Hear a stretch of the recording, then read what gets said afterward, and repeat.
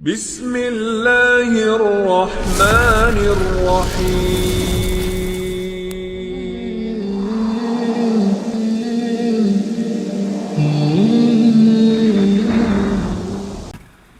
Alhamdulillah wassalatu wassalamu ala rasulillah wa ala alihi wa sahbihi wa mawalah wa la hawla wa la quwata illa billahi wa ba'du. Alhamdulillah, di malam ini kita bisa kembali duduk di majelis ilmu, dan mungkin pembahasan kita akan dirubah karena sebentar lagi kita menghadapi Ramadan. Maka mungkin kita khususkan dengan tafsir Al-Quranul Karim, kita ambil dari surah-surah pendek supaya bisa membantu ketika masuk di bulan Ramadan bisa memahami ayat-ayat pendek yang kita baca dalam solat-solat kita. Dan tafsir yang kita akan bahas pertama kali adalah surah yang paling akhir dalam juz Amma, disebut dengan surah Al-Mu'awwidhataini, dua surat perlindungan, Qul a'udzu birabbin nas dan Qul a'udzu birabbil falaq. Sebelum saya jelaskan tafsirnya, ada beberapa keistimewaan yang disebutkan dalam beberapa riwayat. Di antaranya hadis Aisyah radhiyallahu anha, beliau mengatakan, kana Rasul sallallahu alaihi wasallam idza awa ila firashihi jama'a kaffaihi wa nafatha fihima wa qara'a qul huwallahu ahad wal mu'awwidhataini thumma masaha mastata'a min jasadihi yabda'u bi ra'sihi wa wajhihi wa ma aqbala min jasadihi yaf'alu dzalika thalatha. Jadi kata Aisyah radhiyallahu anha, Nabi ini apabila hendak menuju pembaringannya, maksudnya tidur di malam hari, maka Nabi sallallahu alaihi wasallam akan mengumpulkan kedua telapak tangannya seperti ini.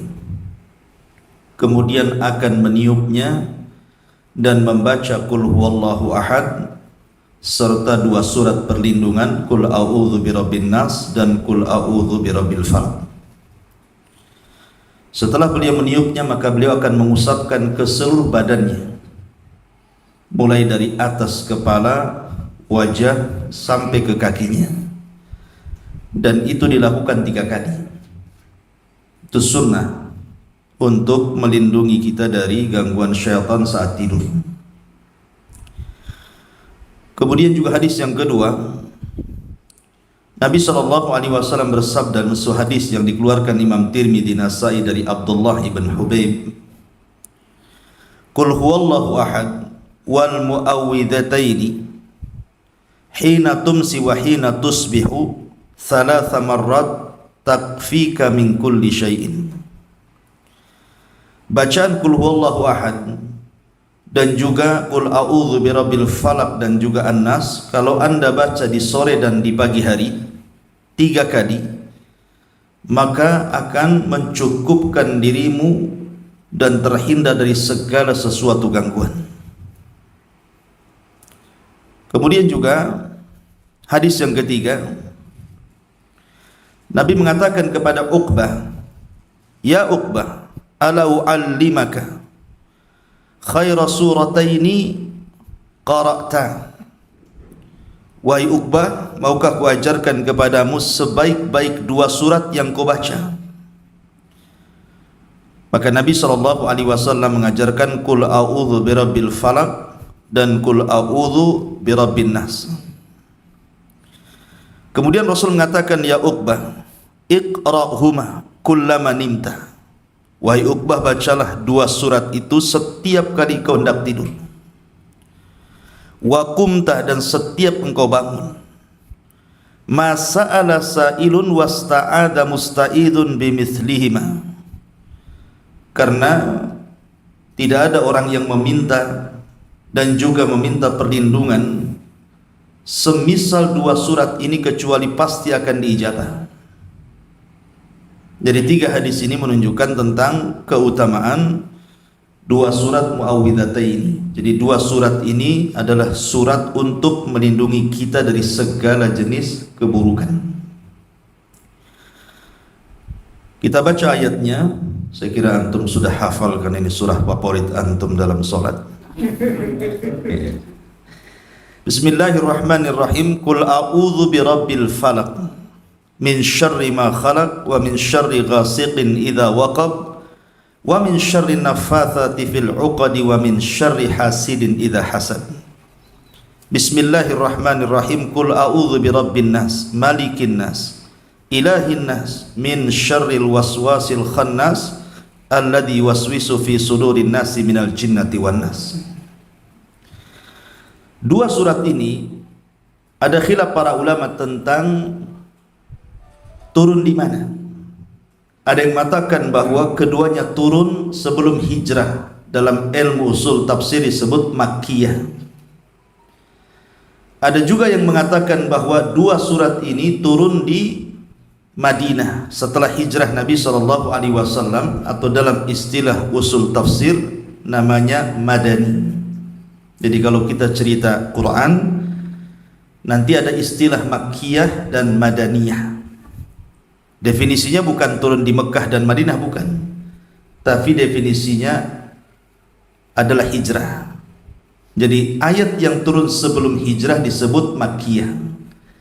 Ayat yang turun setelah hijrah walaupun turun di Mekah adalah Madaniyah. Itu maksudnya.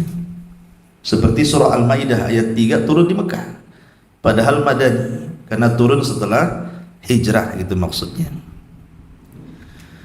Tentu ketika ulama mengatakan, ada yang mengatakan Makkiyah, tentu ada alasan. Sebagaimana ulama yang mengatakan Madaniyah juga ada alasannya.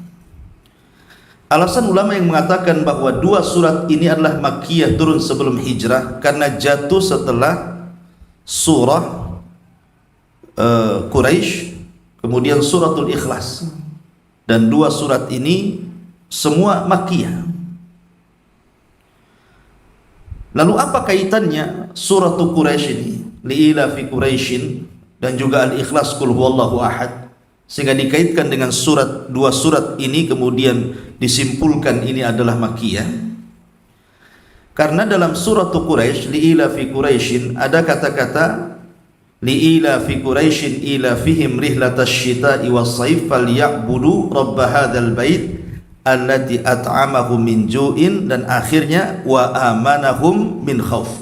Ada kata-kata wa amanahum min khauf, dan Allah berikan keamanan dari rasa takut. Dan keamanan ini datang dari Allah. Dan rasa takut itu timbul dari kejahatan-kejahatan luar dan kejahatan-kejahatan dalam. Dan dua-duanya dicantumkan dalam dua surat ini. Kalau suratul Falaq menceritakan kejahatan dari luar, kalau suratul Nas menceritakan kejahatan dari dalam diri kita. Nanti kita jelaskan tafsirnya. Jadi rasa takut itu yang dari luar ataupun dari dalam kita bisa hindari dengan cara apa? Qul a'udzu birabbil falaq, qul a'udzu birabbin nas, berlindung dengan Rabb Falak dan berlindung dengan Rabb Nas, Rabb manusia.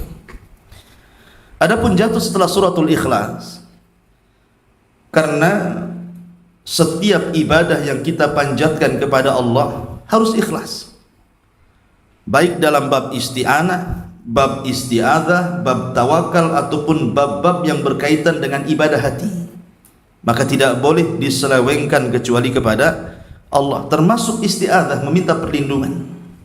Karena dalam suratul Jin Allah mengatakan, innahu kana rijalun minal insi ya'udzuuna birijalin minal jinni fazaduhum rahaqa. Ada sebagian orang meminta perlindungan kepada sebagian jin, maka mereka semakin kufur. Lah ketika seseorang meminta perlindungan kepada selain Allah, kepada jin atau yang semisalnya, menjadikan dia kufur, maka ketika Anda berlindung kepada Allah, maka itu bentuk tauhid. Maka ini dari alasan ini Maka ulama mengatakan bahwa dua surat ini adalah Makkiyah.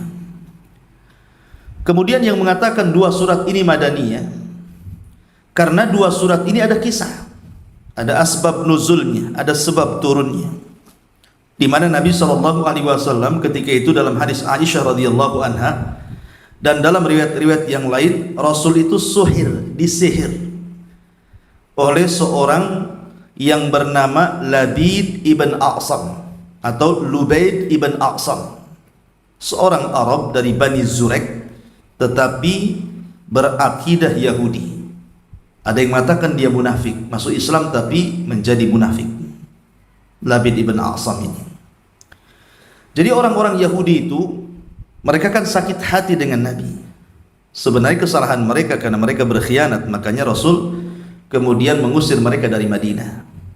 Akhirnya kemudian terjadi 4 peperangan Rasul dengan orang Yahudi itu. Pertama perang dengan Bani Qunaiqah, kemudian perang dengan Bani Nadir, terakhir perang dengan Bani Quraidah, dan yang paling akhir di perang Khaybar. Jadi perang antara Muslim dengan Yahudi itu 4 kali, dan yang terakhir di Khaybar, sehingga membuat orang-orang Yahudi terusir dari kota Madinah. Mereka sakit hati sehingga ingin membuat celaka Nabi SAW. Orang Yahudi itu kan berusaha menyihir Rasul tapi tidak bisa. Dan kalau antum bicara tentang sejarah sihir, memang Yahudi yang pertama kali mempelajari sihir, dan itu disebutkan dalam surah Al-Baqarah ketika bicara tentang masalah kisah Harut dan Marut. Jadi Allah Subhanahu wa taala turunkan 2 malaikat. Kemudian Allah menyuruh 2 malaikat itu untuk mengajarkan sihir kepada manusia untuk ikhtibar. Ikhtibar itu untuk menguji keimanan. Apakah manusia itu mau tetap mentauhidkan Allah ataukah justru melakukan kesyirikan. Maka diturunkan 2 malaikat namanya Harut dan Marut.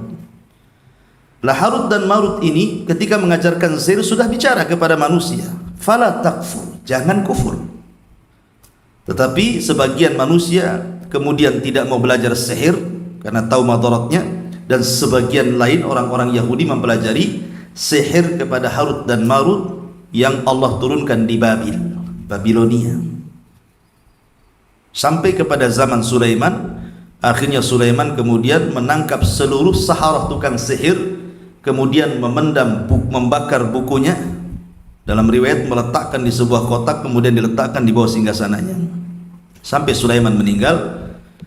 Kemudian datanglah Harut dan Marut mengajarkan sihir untuk supaya membedakan antara wahyu yang Allah turunkan kepada Nabi Sulaiman dan sihir, karena orang Yahudi menyangka Sulaiman itu raja sihir. Masa mungkin Sulaiman bisa menundukkan jin angin kalau tidak punya sihir gitu. Nah, akhirnya kemudian mereka menyangka, sampai hari ini orang Yahudi mengatakan Nabi Sulaiman tukang sihir. Maka Allah Subhanahu wa taala bantah dengan menurunkan ayat wattaba'u ma tatlu syayatina ala mulki Sulaiman wa ma kafara Sulaiman walakinna syayatina kafaru yu'allimuna an-nasa as-sihra wa ma unzila 'alal malakaini bi Babila Harut wa Marut. Intinya bahwa ini kisah lain panjang kalau cerita Harut Marut, bahwa orang-orang Yahudi itu sudah terbiasa melakukan sihir, dan mereka yang pertama kali belajar sihir. Jadi orang Yahudi menyihir Rasul tapi tidak bisa. Lah di Arab ini terkenal ada tukang sihir yang sakti namanya Labid ibn A'sam, dan dia seorang munafik, seorang Arab dari Bani Zurek. Kemudian karena dekat dengan orang Yahudi akhirnya memiliki keyakinan Yahudi. Lah orang-orang Yahudi ini datang kepada Labid ibn A'sam, memberikan banyak hadiah, banyak uang dengan banyak sekali kenikmatan dunia untuk merayu Labid supaya mau menyihir Rasul. Akhirnya Labid pun sepakat dengan upah sekian-sekian, maka dia pun mulai mempraktekkan sihirnya. Diutusnya anak-anak perempuannya untuk mencuri sisir dan rambut Rasul yang terlilit di sisir itu. Dan jumlah rambut yang terlilit di sisir yang dicuri oleh putri-putri Labid itu sesuai dengan jumlah ayat dalam 2 surat ini. Berarti dalam surah Al-Falaq ada 5 ayat, dan 5 ayat ya, 1, 2, 3, 4, 5, 6 ayat, 5 ayat, dan dalam surah An-Nas 6, berarti 11 rambut Rasul.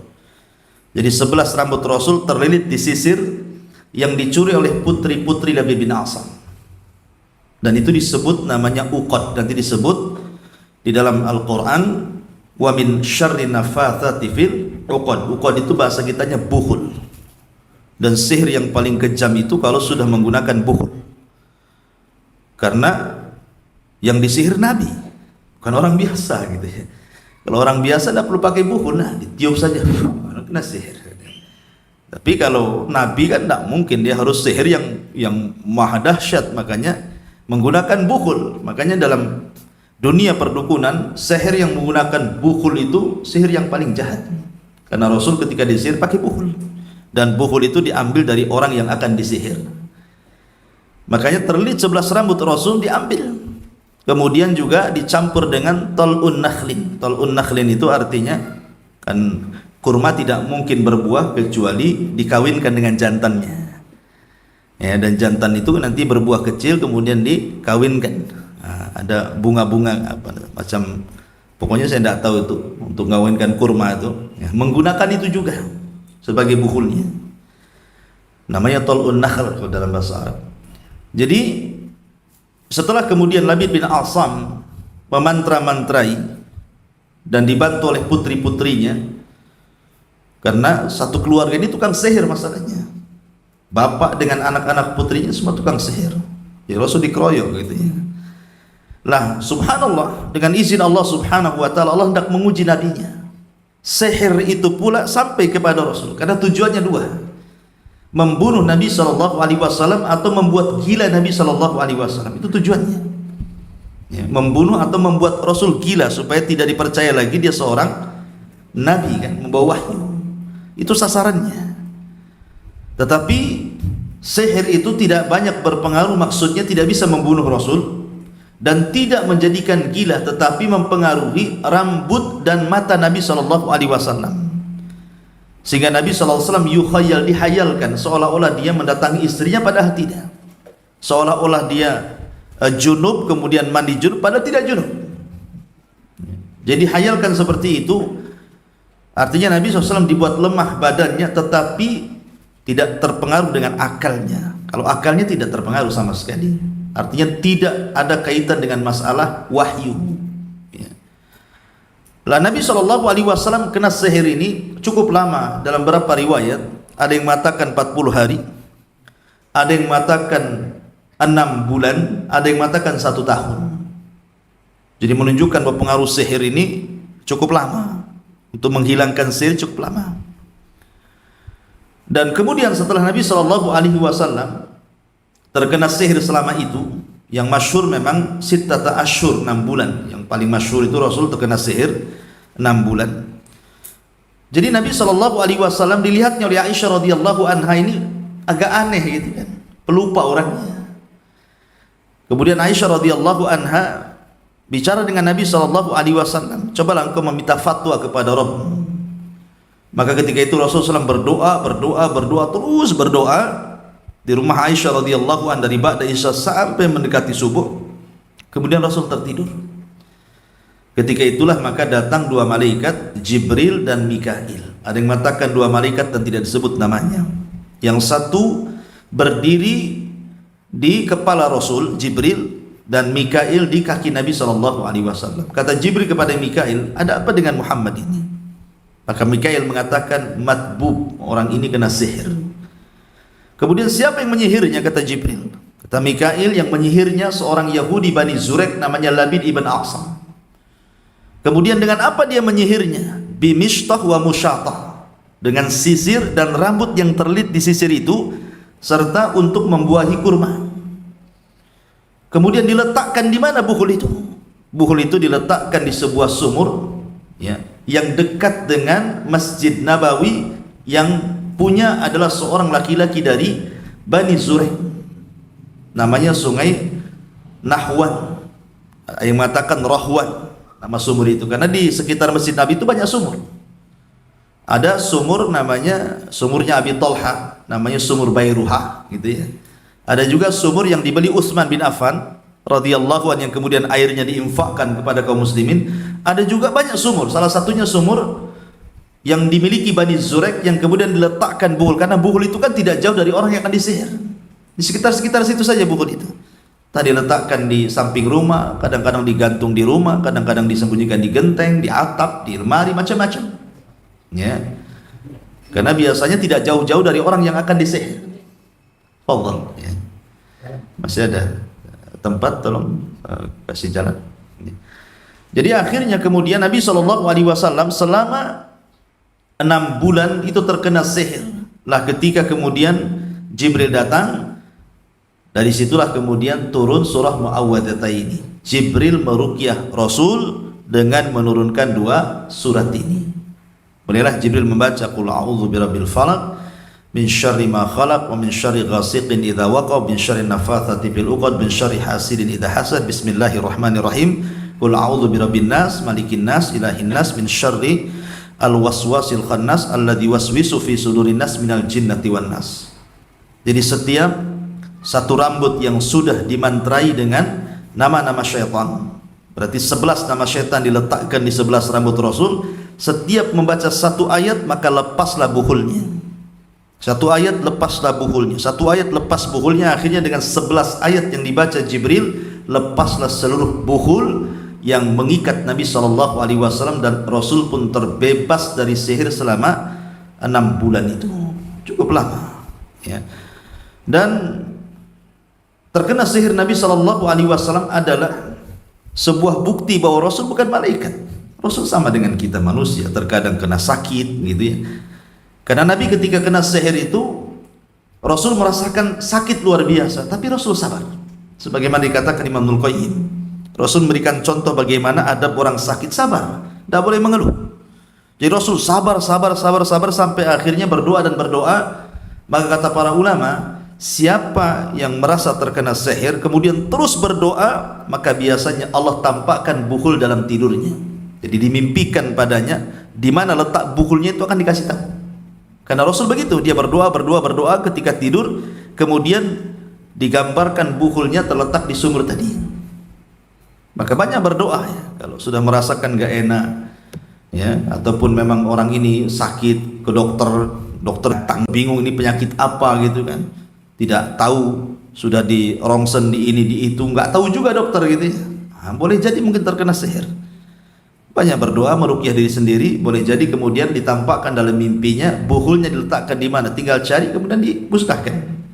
Karena setelah kemudian buhul itu diketahui, maka Rasul mengutus Ali bin Abi Thalib, ada yang mengatakan juga bersama Ammar bin Yasir dan Zubair bin Awam, kemudian datang ke sumur itu.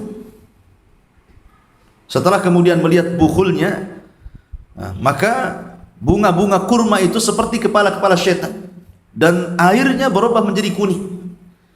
Ketika itu Ali radhiyallahu an menyarankan kepada Rasul, bagaimana kalau kita ambil, biar saya turun ke sumur itu, kita musnahkan. Kata Rasul, jangan, nanti pengaruh sihir akan melebar di permukaan bumi, kubur saja sumur itu. Akhirnya dikubur di sumur itu. Lah pertanyaannya, kenapa Rasul tidak membunuh Labid bin Asam? Dia kan sudah jelas-jelas menyihir Rasul, tapi Rasul membiarkan. Kata para ulama, karena Rasul takut akan fitnah. Karena masalahnya dalam riwayat, Labid bin Asam ini sudah masuk Islam tapi munafik. Membunuh orang munafik pasti akan terjadi fitnah, karena di zaman Rasul susah membedakan mana mukmin, mana munafik. Masalahnya mana sahabat, mana munafik itu susah dibedakan. Karena mereka berkumpul semua di hadapan Rasul, sholat bersama Rasul, jihad bersama Rasul, semua bersama Nabi, sehingga tidak bisa dibedakan. Sehingga kalau Rasul membunuh satu di antara orang munafik, nanti orang-orang menyangka Muhammad membunuh sahabatnya, dan ini akan terjadi fitnah. Maka Rasul membiarkan Labid ibn Asam ini, biarkan hidup. Dan itu thariqah dakwah Nabi SAW, namanya jalbul manafi akhdul manafi muqaddam ala jalbil mafasid, ya, mendahulukan yang mencegah sebuah kerusakan. Daf'ul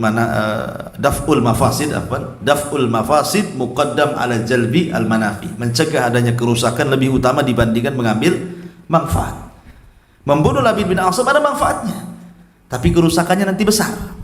Makanya Rasul mencegah, lebih baik jangan ada kerusakan daripada mengambil manfaat, gitu maksudnya, ya. Taib ini di mana surat ini disebut madani karena ada kisah Labid bin Asam tadi. Makanya kejadian ini kan di Madinah. Kejadian tersihirnya Rasul itu di Madinah setelah hijrah Nabi SAW. Makanya sebagian ulama mengatakan bahwa dua surat ini disebut madani, turun setelah hijrah. Baik, ini asbab nuzul, kemudian letak-letak surah apakah madani ataukah makkiyah. Kita masuk pada tafsir sedikit. Surah Muawwidzatain ini saya jelaskan secara global dulu baru kita rinci. Menjelaskan kepada kita tentang beberapa bahaya yang mengancam setiap manusia. Setiap diri kita terancam dengan bahaya-bahaya dari luar dan bahaya-bahaya dari dalam yang akan mengganggu keyakinan dan agama kita. Pertama, Nabi SAW mengatakan, Allah mengatakan, Qul a'udzu birabbil falaq. Aku berlindung dengan Rabb al-Falaq. Falaq itu memiliki dua tafsir. Ada yang mengatakan falikul isbah, artinya falikul isbah itu ada apa? Hah? Jadi falikul isbah itu artinya falak itu cahaya subuh. Jadi sedari gelap kemudian datang subuh kan terang.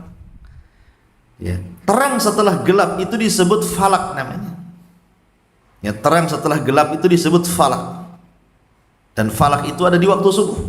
Ketika terbit fajar, kan mulai terang tuh. Disebut falak. Ya. Jadi seolah-olah kita berlindung kepada Allah Azza wa Jal dari Rabb cahaya, dari kejahatan kegelapan. Nah, gitu maknanya. Jadi kita berlindung dari Rabb pemilik cahaya dari kejahatan di malam hari. Karena gelap itu membawa keburukan. Ya. Kemudian juga ada yang mengatakan falak itu artinya infalak. Infalak itu terbuka. Maksud terbuka di sini artinya setiap kehidupan manusia ataupun kehidupan makhluk Allah yang lain itu dimulai dari terbuka dulu. Ya, manusia lahir terbuka kemudian keluar. Biji-bijian diletakkan kemudian terbuka kemudian keluar, kan gitu ya. Jadi falak itu dari infalak. Makanya Allah Subhanahu wa taala berfirman, Alam tara ila alladziina kafaru annas samawati wal ard kanata ratqan fafataqnahuma. Tidakkah orang-orang kafir itu melihat bahwa langit dan bumi itu dulunya ratqa. Ratqa itu artinya multasik. Jadi langit dan bumi itu seperti ini dulunya. Jadi enggak ada yang di atas, enggak ada yang di bawah. Jadi satu, ya, langit dan bumi itu. Fafataqnahuma. Kemudian kami hancurkan, kemudian dipisahkan yang satu di atas, yang satu di bawah. Ada namanya teori Big Bang namanya. Penghancuran itu. Jadi akhirnya naik, langit dinaikkan, kemudian bumi direndahkan, gitu maksudnya. Nah, kemudian setelah itu makanya ada istilah radkun, kemudian fafataqna radkun, fatkun, falkun, khalkun. Nah, itu bahasa Arabnya. Pertama melengket dulu langit bumi. Kemudian fatkun terbelah, dipisahkan langit dan bumi. Kemudian falkun. Nah, falkun ini terbuka. Kemudian khalkun baru terjadi penciptaan. Itu ada yang mengatakan falak itu maknanya sesuatu yang terbuka, dari situlah kemudian muncul segala makhluk yang Allah ciptakan. Berawal dari terbuka dulu. Itu disebut falak. Kemudian min syarri ma khalaq, walaupun yang masyhur falak di sini artinya falak subuh. Min syarri ma khalaq, dari keburukan yang Allah ciptakan. Keburukan yang Allah ciptakan itu kan banyak. Keburukan jauh, keburukan dekat, keburukan yang bisa dilihat, keburukan yang tidak bisa dilihat. Karena tidak semua ciptaan Allah itu baik bagi kita. Tumbuh-tumbuhan ada yang bisa dimakan, ada yang tidak bisa. Buah-buahan juga ada yang bisa dimakan, ada yang tidak. Manusia juga ada yang baik, ada yang jahat, gitu kan. Ciptaan Allah itu memang Allah ciptakan berpasang-pasangan, ada yang baik, ada yang jahat. Lah kita berlindung dari yang jahat, gitu maksudnya. Kemudian min syarri ghasiqin idza waqab, dari keburukan ghasik malam hari apabila sudah menutup. Wa min syarri nafatsati fil uqad, dari keburukan tukang-tukang sihir wanita apabila meniup-niup di buhulnya. Wa min syarri hasidin idza hasad, apabila dari keburukan orang yang hasad ketika memainkan hasadnya. Setiap orang itu punya hasad tetapi tidak bahaya. Bahayanya kalau sudah dia mainkan hasad itu, maka baru berbahaya. Berarti di sini kita berlindung dari berapa perkara, dari falak, Satu. Kemudian min syarri ma khalaq, dari keburukan yang Allah ciptakan. Dua. Kemudian min syarri ghasikin idza waqab, dari gelap apabila tertutup. Kemudian yang keempat dari tukang-tukang sihir.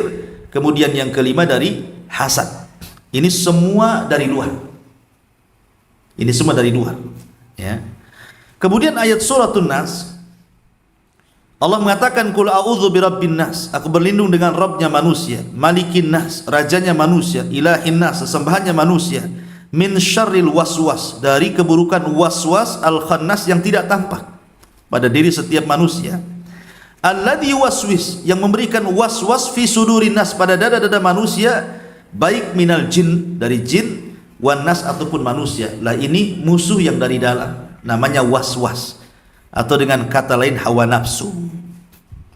Dan yang paling bahaya adalah musuh dari dalam. Makanya Allah meminta kepada kita berlindung dari 3 nama Allah: Rabb, Malik, Ilah. Tapi dalam Al-Falaq cuma 1, Rabb saja, ya, dengan 1 nama Allah saja. Tapi dalam An-Nas 3 nama Allah kita berlindung. Kenapa? Karena kejahatan dari dalam jauh lebih jahat dibandingkan kejahatan dari luar. Makanya berlindung dari 3 nama Allah sekaligus. Ya. Baik, kita rinci.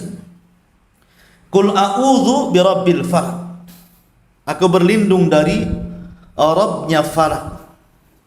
Para ulama ikhwan, apabila datang di malam hari, orang-orang soleh itu mengingatkan mereka dari Jahannam. Karena Jahannam itu gelap. Jadi orang-orang soleh ketakutan di malam hari. Makanya mereka bangun sepertiga malam kemudian tahajud karena ketakutannya. Maka apabila kemudian datang waktu falak, waktu subuh, maka mereka bahagia. Kenapa? Seolah-olah mereka telah terkeluar dari kegelapan menuju cahaya. Bukan hanya manusia, sebagian makhluk Allah yang lain juga merasakan seperti itu. Apalagi di hari Jumat, karena kiamat itu terjadi di hari Jumat, di malam hari. Kalau malam yang terjadi kiamat sudah tidak ada falak lagi di subuhnya itu, tidak ada cahaya. Kalau malamnya kiamat tidak ada cahaya. Makanya di hari Jumat hewan-hewan itu biasanya mereka menunggu, ketakutan kalau terjadi kiamat.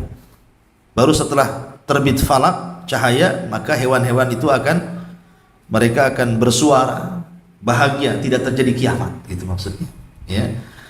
Jadi falak itu kita berlindung dari Rabb falak, dari kejahatan, kegelapan. Karena biasanya kejahatan itu identik dengan kegelapan. Kejahatan itu identik dengan kegelapan. Min syarri ma khalaq, dari keburukan yang Allah ciptakan. Dan ini sebagai ujian. Allah kan menciptakan ada yang baik, ada yang buruk, itu sebagai ujian. Wa nablukum bisyarri wal khairi fitnah. Kami uji kalian dengan sesuatu yang baik dan yang buruk, kan gitu. Artinya Allah berikan kekayaan juga ujian, Allah berikan kemiskinan juga ujian. Tidak semua ujian itu berbentuk keburukan, walaupun umumnya seperti itu, tapi juga kebaikan terkadang ujian. Lah, ada makhluk-makhluk Allah itu yang Allah ciptakan memang untuk menguji manusia. Seperti antum punya kawan-kawan antum, ada yang baik, ada yang hasad, kan itu ya. Ada yang sombong, ada yang tawadhu gitu.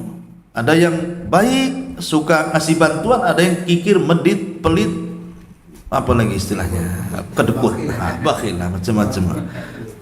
Jadi begitulah Allah menyuruh kita untuk berlindung dari setiap keburukan yang Allah ciptakan. Baik keburukan itu jaraknya jauh ataupun dekat, baik keburukan itu nampak ataupun tidak nampak, maka kita berlindung dari setiap keburukan yang Allah ciptakan. Kemudian min syarri ghasiqin idza waqab, dari keburukan ghasik. Ada yang mengatakan ghasik itu malam hari, di mana malam hari itu kejahatan menguat. Makanya lihat, maksiat itu lebih banyak di malam hari. Diskotik malam hari, orang dugem malam hari, apalagi prostitusi malam hari, rampok juga malam hari, kan itu ya. Sampai sibuk ada CCTV kalau malam-malam dinyalakan, siang tak dinyalakan gitu. Karena memang kegelapan itu menguatkan kekuatan setan. Makanya ketika Musa hendak melawan tukang-tukang sihir Fir'aun, memilih waktu duha, tidak di waktu malam.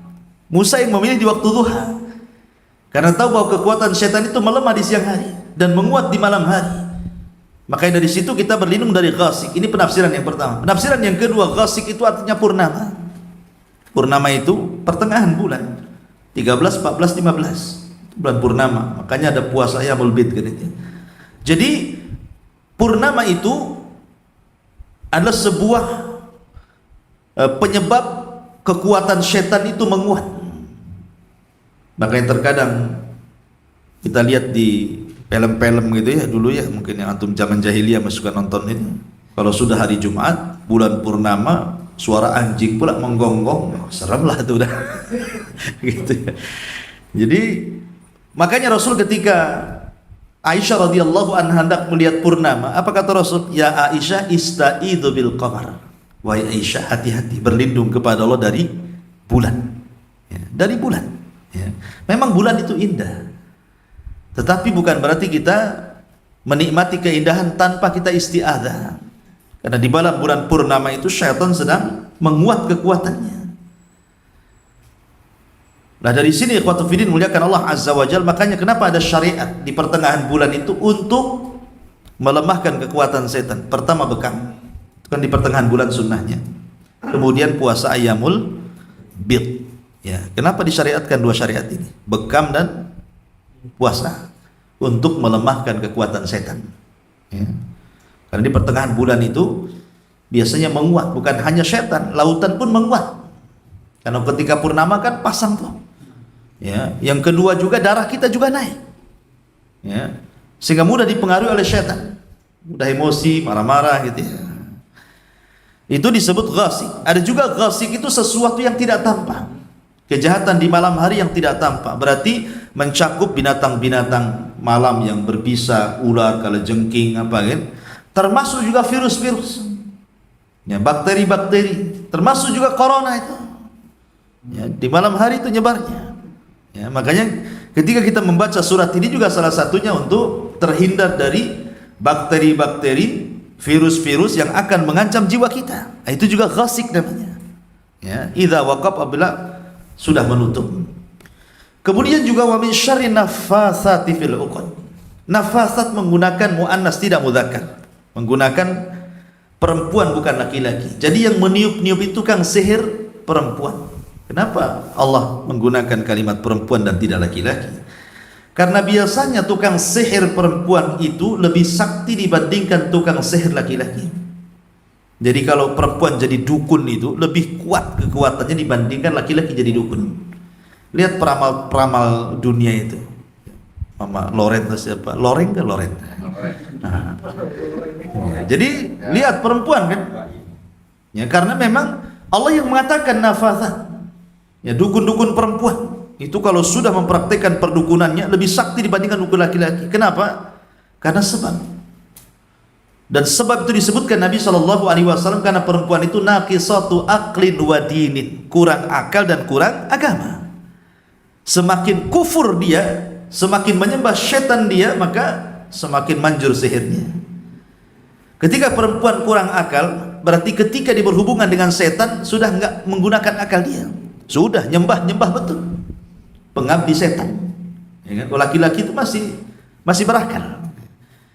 Kemudian kurang agama, karena perempuan itu ada waktu-waktunya haid, tidak sholat, tidak puasa, ya kan? Sehingga agamanya kurang. Yang menyebabkan dua perkara inilah, maka kalau perempuan kufur sekali.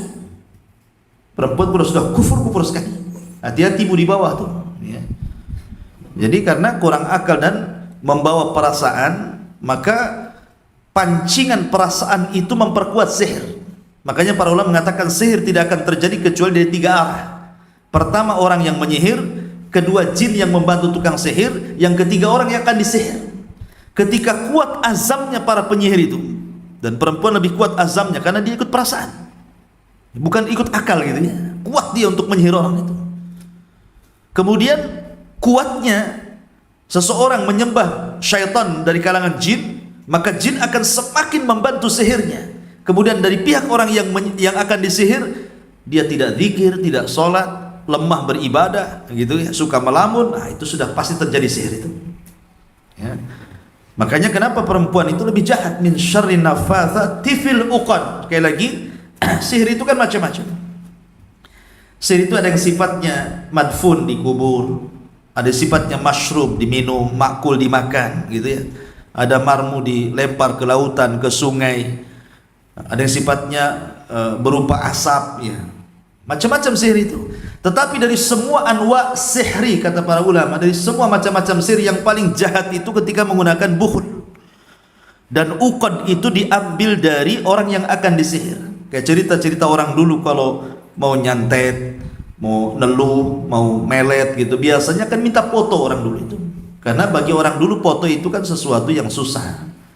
Antum kalau mau foto itu datang ke foto studio dulu, ya kan, nanti dicuci dulu berapa hari baru jadi, ya kan.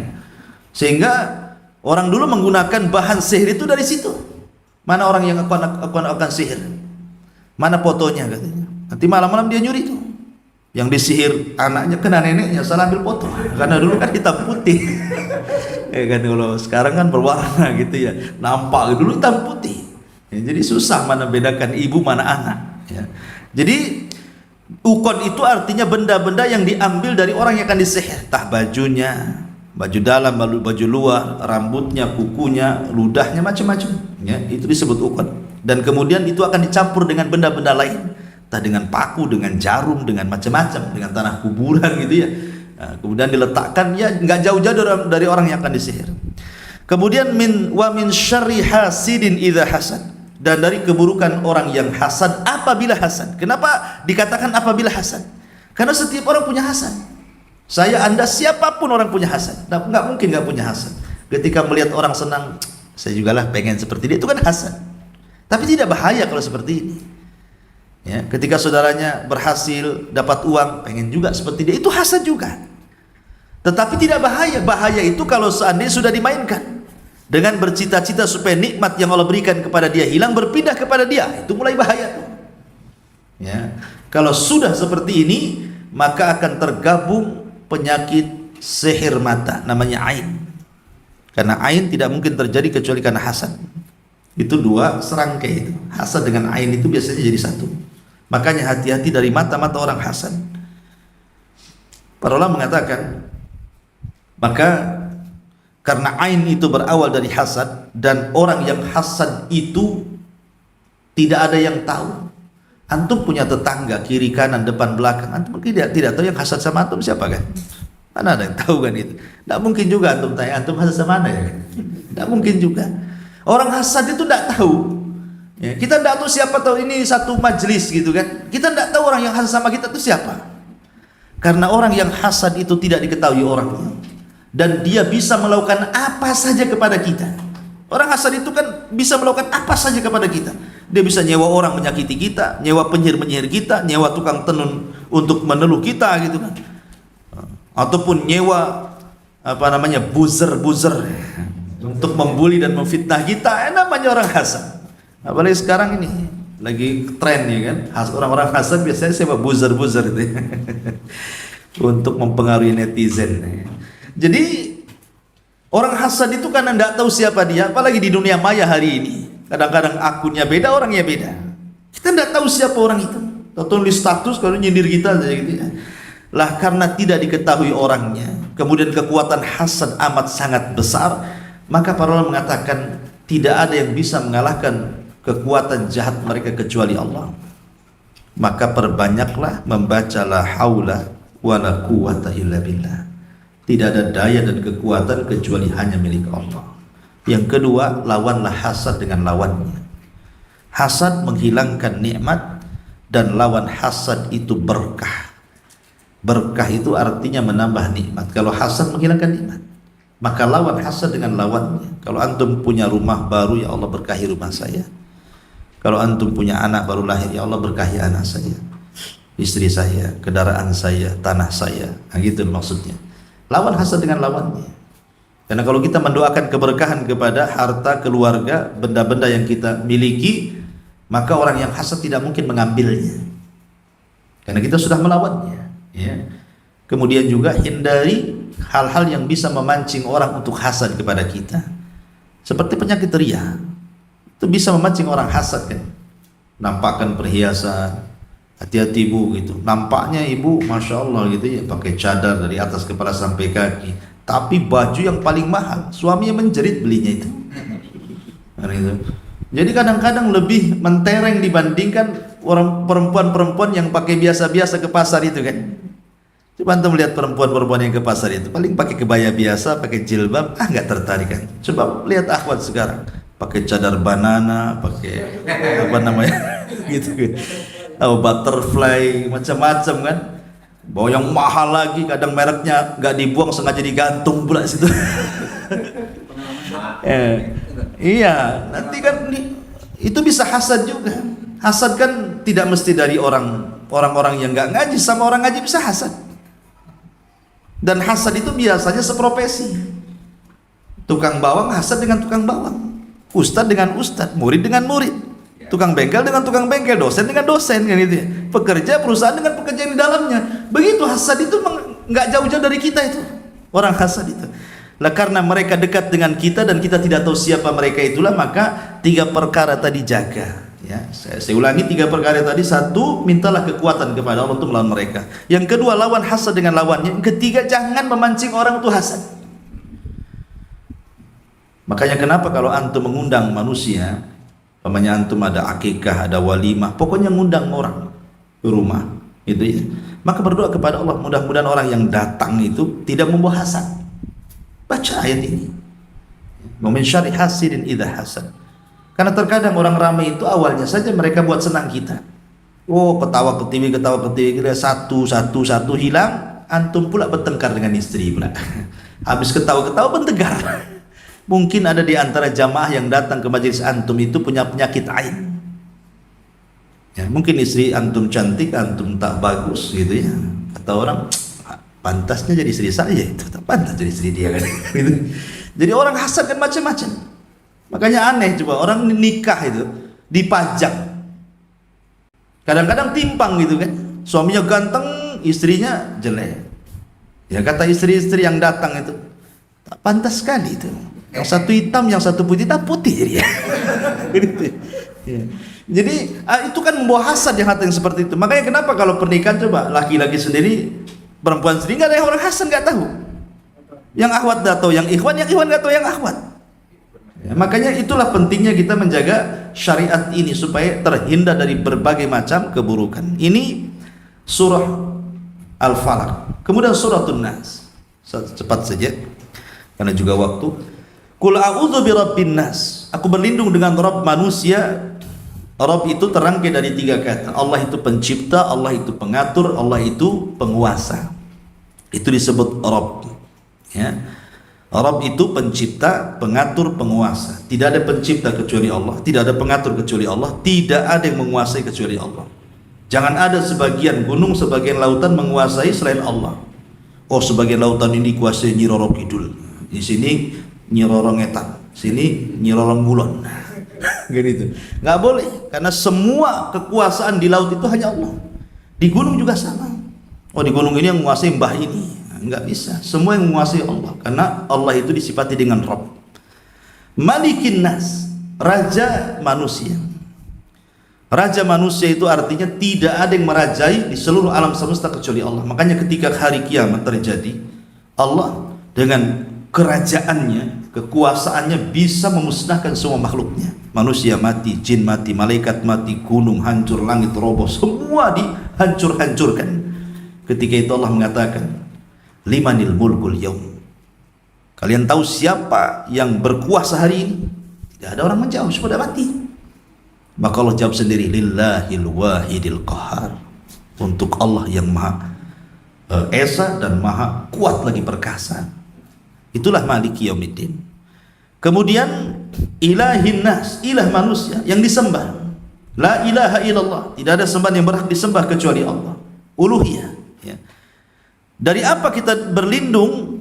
Dari 3 nama Allah Azza wa Jalla sekaligus ini. Min syarril waswas, dari keburukan waswas. Waswas itu saut, suara yang membisikkan jiwa. Bisa suara baik sehingga mempengaruhi kebaikan, bisa waswas itu suara jahat yang kemudian mempengaruhi kejahatan kita. Makanya disebut khannas, susah, tidak tahu siapa yang membisikkan. Karena kejahatan dalam diri manusia itu bersumber dari 2. Pertama dari hawa nafsu, yang kedua dari syaitan. Hawa nafsu melahirkan syahwat dan syaitan melahirkan syubhat.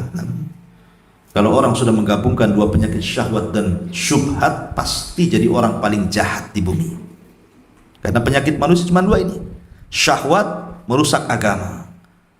Kemudian syahwat merusak akhlak. Syubhat merusak agama. Setan kan intinya supaya agama kita rusak dia. Bukan supaya akhlak kita ini rusak. Terkadang setan itu menyuruh kita untuk berbuat baik, tetapi sengaja supaya ria, supaya nggak diterima itu amalannya. Makanya setan itu datang hanya merusak agama saja dia, supaya jadi temannya dia di jahanam kan. Tapi syahwat yang sumbernya hawa nafsu ini ikhwan, itu merusak akhlak kita. Disuruhnya kita minum khamar, disuruhnya kita berzina, disuruhnya kita berjudi, berbohong, berdusta, menggibah, dan begitu seterusnya itu. Dibuat rusak kita ini sama hawa nafsu. Kalau syubhat itu bisa diatasi dengan cara apa? Belajar, dengan cara istiqamah, dengan cara ibadah, dengan cara zikir, hilang syubhat itu. Siapa yang membaca surah Al-Baqarah 3 kali di rumahnya, maka akan menghindarkan dari setan. Setan akan lari 3 hari dari rumah. Bisa kita hindarkan dia dari setan. Tapi siapa yang bisa mengusir hawa nafsu? Hawa nafsu itu letaknya di jantung antum. Kalau antum datang ke rumah sakit, dok tolong keluarkan hawa nafsu, sama dengan mengeluarkan jantung. Habis itu antum mati. Jantungnya nggak ada, ya kan? Jangankan jantungnya nggak ada, yang adanya kena jantung mati, ya, kaget gitu. Itu yang ada jantungnya bisa mati itu, ganti jantung pisang. Ya. Jadi hawa nafsu itu tidak bisa dihilangkan, makanya bahaya. Kalau setan kan bisa dihilangkan, bisa kita usir setan itu dengan zikir, dengan baca Quran bisa hilang. Tapi hawa nafsu siapa yang bisa ngusir? Makanya karena hawa nafsu itu musuh abadi dalam setiap manusia, kita hanya bisa menekan, bukan membuang. Bukanlah orang yang kekar, kata Rasul, orang yang pandai bergulat, tapi orang yang kekar itu orang yang bisa menekan hawa nafsunya. Hawa nafsu ditekan. Ya, ketika melihat orang maksiat, sabar untuk tidak maksiat. Ketika ada orang menggibah, sabar untuk tidak menggibah. Ya Bu ya, ada kawannya gibah-gibah orang, sabar untuk tidak menggibah, keluar dari majelis itu. Ya, jangan pula mendengarkan, memang tak ngomong kuping jalan. Kan ada gitu ya. Dan jangan pula kemudian menjadikan suaminya ikut menggibah. Dan suami pun jangan pula kemudian memancing istri untuk menggibah. Ada apa cerita tangga dek katanya. Ditanya pula sama suaminya, ada apa ribut-ribut? Urusan mereka, mau ribut mau diam urusan mereka. Kenapa antum tanya-tanya orang gitu kan? Karena itu memancing istri mencari tahu akhirnya. Dicari tahu, oh iya itu mau cerai, kata suaminya, alhamdulillah bisa lah poligami dengan saya istri. Intinya ikhwatu fillah muliakan Allah azza wa jalla, bahwa hawa nafsu itu bahaya. Hawa nafsu itu alladzi yuwaswis. Lihat kalimat waswasa yuwaswisu, itu kan harokatnya ada fathah, ada kasrah, fathah, kasrah. Ya, karena jiwa itu berubah-ubah. Ya, kadang baik, kadang jahat, kadang baik, kadang jahat. Orang jiwa kan seperti itu ya. Kadang sudah bawa duit tuh mau infak tuh, mikir belum didak ini, nggak jadi. Kadang-kadang sudah ikhlas, betul-betul sudah berangkat, istri pula telepon, bang kemarin janjiin mau beli pakaian katanya, kemana ini abang? Padahal sudah meluncur ke Jabal Uhud tuh, balik deh. Ya. Jadi was-was itu memang berubah-ubah dia, karena ada dua bisikan. Pertama dari qarin, karena setiap manusia itu punya qarin, jin, maka akan berikan was-was yang jahat. Yang kedua ada malaikat. Jadi orang itu ada raqib dan atid, ada malaikat hafazah, dan ada malaikat-malaikat yang berikan was-was kebaikan, positif gitu ya. Ada qarin, jin jahat, yang selalu kemudian berikan was-was keburukan. Makanya kemudian di sini ada kalimat yuwaswis, karena memang was-was itu berubah-ubah. Ya. Fi sudurinas, yang ada dada-dada manusia, minal jinnati wan nas. Terkadang was-was itu dari jin qarin ataupun dari hawa nafsu itu sendiri. Muncul was-was itu. Dan kalau sudah berkumpul dua perkara ini, was-was dari jin dan was-was dari manusia, sudah orang ini jadi jahat. Orang itu ikhwan sebelum tidur pasti diikat tengkuknya 3 ikatan. Antum saya siapa saja, orang yang tidur itu pasti diikat tengkuknya, karena apa namanya? Tengkuk sini ya. Ya, tengkuk. Jadi tengkuk itu mudah diikat oleh syaitan, karena otak manusia itu kalau dalam Al-Quran terbagi menjadi 2, ada otak depan atau otak belakang. Otak di depan disebut ubun-ubun, dalam bahasa Arab disebut nasiyah. nasiyatin biyadi. Ubun-ubun manusia itu di tanganku, kata Allah. Artinya ubun-ubun manusia tidak bisa dikuasai setan. Tapi kalau barat membagi otak, ada otak kanan, otak kiri gitu ya. Kalau kita Islam membagi otak depan namanya ubun-ubun, otak belakang namanya tengkuk. Nah, setan itu hanya bisa menguasai tengkuk saja. Jadi setiap orang tidur itu diikat tuh tengkuk kita 3 ikatan tuh. Kalau dia bangun di sepertiga malam akhir, maka lepas 1 ikatan. Kalau antum wudu, lepas 2 ikatan. Kalau antum sholat subuh atau sholat tahajud, maka lepas 3 ikatan. Ketika pagi hari antum akan baik jiwanya dan akan rajin, tidak akan malas. Walaupun dia kurang tidur malamnya. Karena yang membuat orang jelek hatinya, yang membuat orang malas itu karena ada ikatan yang mengikat di lehernya itu. Nah, coba saja antum lakukan seperti itu. Kalau antum bangun 3:30, kemudian wudu, kemudian salat gitu kan, pagi harinya itu kayaknya seger gitu, bercahaya wajahnya. Tapi kalau tidur saja, sudah jam 12 tidur, ya, jam 12 siang tuh bangun asar, nanti bisa tidur lagi, nanti subuh itu masih ngantuk tuh biasanya. Padahal sudah cukup-cukup dia tidur itu ya. Kenapa? Karena ada ikatan. Bayangkan coba, kalau 10 hari orang itu tidak bangun di pagi hari, tidak sholat subuh, tak ruwet tuh benang di belakang tuh. Berapa ikatan betul-betul setiap hari 3. Benang layangan saja susah kita mau ngurai gitu ya. Nah, kalau setahun tak berapa itu benang itu mengikat-ikat di sini. Lah, setan itu kalau sudah mengikat, maka dia akan mudah masuk dari jalan darah. Karena setan itu masuk dari jalan darah. Makanya salah satu teori ruqyah itu ada sistem bekam untuk mengeluarkan setan dari darahnya. Ya. Majra dam ibni Adam. Inna syaitan yajri majra ibni Adam. Dam ibni Adam. Setan itu masuk dari jalan darah manusia. Jadi kalau dia sudah bisa mengikat tengkuk, dia akan masuk dari jalan darah. Kalau masuk dari jalan darah, masuk kepada jiwa manusia, ketika itu dia berikan was-was. Jadilah dia syubhat. Kemudian dorongan hawa nafsu lagi. Makanya sesatnya manusia tidak harus karena setan. Contoh cerita Bal'am ibn Ba'urah. Itu yang mendorongnya bukan setan, hawa nafsunya. Bal'am ini salah satu ulama dari ulama-ulama Bani Israel. Dulu Syam, Baitul Maqdis khususnya, itu tempat datangnya manusia dari mana-mana. Datanglah kabilah Kaldaniun atau Kan'aniyun itu menetap di Syam. Ketika datang Nabi Musa, ketakutan mereka, takut diusir dari tempat itu karena mereka pendatang. Sudah kaya, takut diusir dengan Nabi Musa, kemudian Bani Israel akan ditempatkan di situ. Maka para pembahasannya datang kepada Bal'am. Bal'am, kau kan seorang ibadah, doamu manjur. Kalau kau berdoa kecelakaan, pasti mereka celaka. Awalnya nggak mau. Bahasa kitanya edan kan. Itu yang saya doakan tuh Nabi gitu. Nggak mau saya. Kan itu bahasanya. Akhirnya hari-hari dibujuk, harta. Ya, nggak bisa juga, akhirnya leleh juga dia. Itu hawa nafsu yang dorong dia. Mau juga akhirnya dengan dunia itu. Nah, jadi yang menyesatkan Bal'am itu bukan dari setan, tapi hawa nafsunya. Melihat dunia terus, akhirnya jadilah hawa nafsunya. Ketika dia berdoa kecelakaan kepada Nabi Musa, doanya tidak manjur. Di situ dia nyesal. Khasirat dunya wal akhirah. Rugi dunia, rugi akhirat. Tapi kadang sudah terlanjur, ya, sudah dapat dunia, sudah dapat upah, tetap dia bagaimanapun harus mencari trik menghancurkan Musa dan Bani Israel. Maka dikirimlah wanita-wanita dan dikatakan siapapun yang bisa melakukan perzinahan 1 kali saja dengan 1 Bani Israel sudah cukup. Maka dibuatlah wanita itu cantik-cantik, dikirim ke pasukan Bani Israel.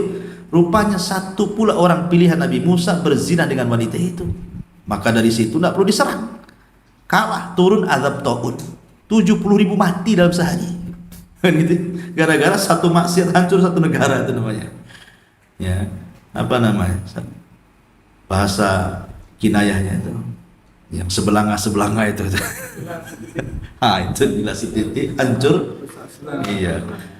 Intinya bahwa hawa nafsu, makanya Allah mengatakan apa?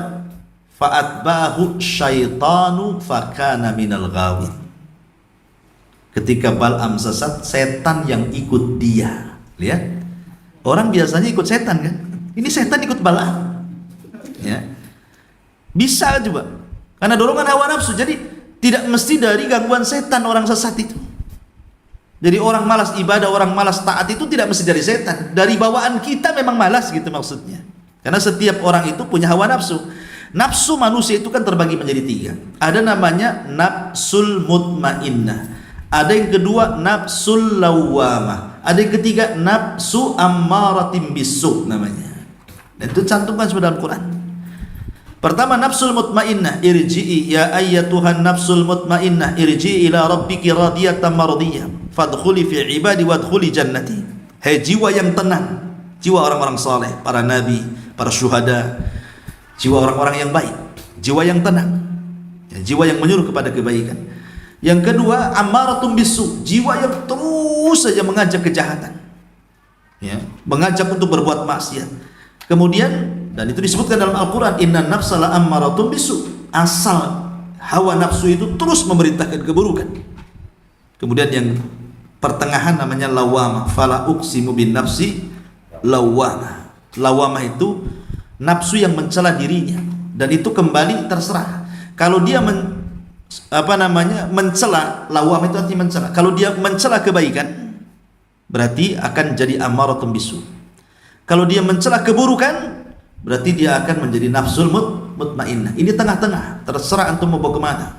Pamannya begini nih, antum habis sedekah, sampai di rumah duduk pulang, nyesel, kenapa saya sedekahkan tadi uang itu. Nah, itu namanya nafsu lawamah, mencela kebaikan.